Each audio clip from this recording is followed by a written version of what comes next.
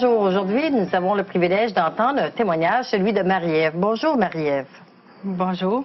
Alors, Marie-Ève, tu as un témoignage à nous partager.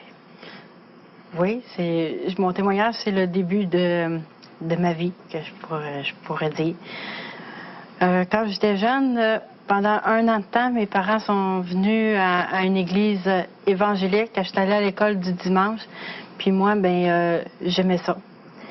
Mais j'avais 10 ans, quand ils ont arrêté, j'ai pas pu continuer avec eux.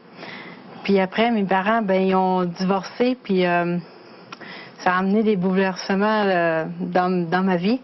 Puis je me suis tournée vers autre chose que Dieu. Je me mélangeais ressusciter, puis revenir à la vie, là, réincarnation. Je mélangeais ça, puis je me suis tournée avec la magie que Dieu était pas mal loin. Puis j'étais mère, je suis une mère monoparentale aussi. Puis quand j'ai rencontré mon mari actuel, j'étais rendue dans une impasse où je trouvais qu'il manquait de la spiritualité dans mon couple. Puis on a vu le film qui sortait, Passion du Christ, puis on est allé. Puis moi, quand j'ai vu le film, j'avais honte d'être humain. Ça t'a touché? Ah oui, j'ai broyé tout le long.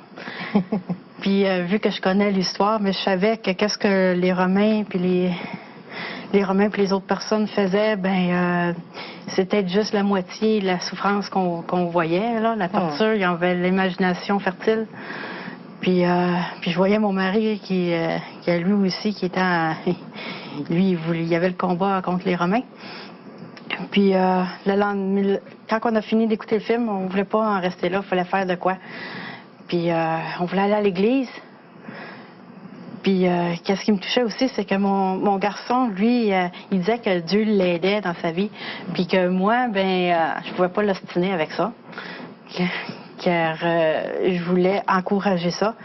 Quand on s'est levé un dimanche matin pour aller à l'église, puis quand on a passé dans la rue, puis j'ai vu le bâtiment où j'allais quand j'étais jeune, j'ai dit que c'est là qu'on s'en va. Puis il n'y a rien qui m'aurait empêché de rentrer dans l'église, même si la porte d'en avant était barrée.